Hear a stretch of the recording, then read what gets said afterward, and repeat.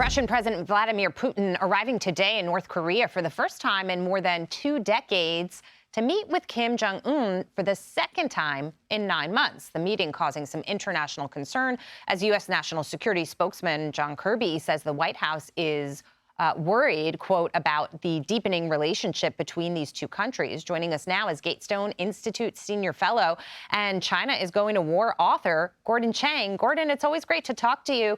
You know, if John Kirby and the White House are so worried about these two nations and their ties that they're forging forward with, then why on earth did they allow this to happen?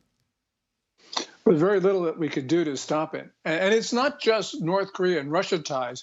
That's in the context of China, North Korea, Russia, and Iran, and they're forming a durable partnership. You know, we saw last September when Kim Jong-un went to Vladivostok to meet Putin. That was a seminal meeting because there they actually hatched an agreement where the North Koreans would supply artillery shells and short-range ballistic missiles, and it appears the Russians agreed to give the North Koreans ballistic missile technology. So really what they're doing is they're fueling each other, and that is the great concern. Gordon, there's a lot going on the world stage, a lot of conflict, a lot of noise, if you will. China has seemed very quiet of late amidst all that. How do you read it? Well, first of all, China's waging proxy wars. It's fueling the Russian effort in Ukraine. Russia and China are together fueling insurgencies in North Africa that look like wars. And China is firmly behind Iran's attack against Israel. So that's 3 continents. And now you have these extremely dangerous flashpoints. Taiwan, but even more belligerent is its activities in the South China Sea, especially at Second Thomas Shoal, where just a few hours ago, China injured at least 8 Philippine sailors. They rammed their ships. They used water cannon. This is getting extremely dangerous in the South China Sea. And it's all coming as China's economy, particularly the real estate market, is starting to roll over and show deepening signs of concern. The saying goes, if China sneezes, the rest of the world catches a cold. Are we there? We're getting there, Taylor.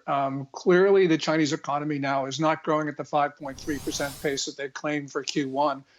It's probably at the 1.5 range. And the problem here for China is that even if it were growing at 5.3, it would not be growing fast enough to pay back debt because China right now is having its 2008. It overbuilt completely, which we see in the property sector. There is enough vacant housing for 1.4 billion people at least. So there's no solutions to any of this, which means that Xi Jinping must be getting pretty desperate right now. Gordon, I want to go back to what you said at the top, and we've talked many times. You're an expert on China, so I just want to dig a little deeper because you say that it's not really, there was nothing that anybody could do to forge these alliances from happening. But, you know, as a person standing back and watching President Biden's administration and how he's conducted foreign policy, I'm also saying to myself, but we've never seen these alliances become so strong. When we had bolder leaders in the White House that other, you know, sort of big bad leaders were afraid of, there was a little bit of, you know, some caution when it came to having meetings like this. Yet, to me, it feels like the stage has been set. The runway is there for these countries to do it and to do it out in the open.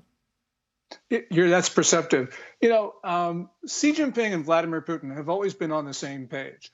But what happened is after the catastrophic withdrawal from Afghanistan in August 2021, it convinced both Putin and Xi Jinping, not to mention Kim Jong-un and the Iranian Ayatollahs, that they could work together, that the United States was not capable. And we saw this, for instance, in the way that China started to talk about the U.S. It was very clear. So they felt that they had, as you point out, that runway. And that's exactly what's happened right now. And until there is strong American leadership, we are going to see China, Russia, Iran, North Korea, maybe Algeria, and a few other countries actually go after us in a very, very bad way. Gordon, it's always great to have your insight and perspective on the show. We appreciate your time today. Thanks, guys.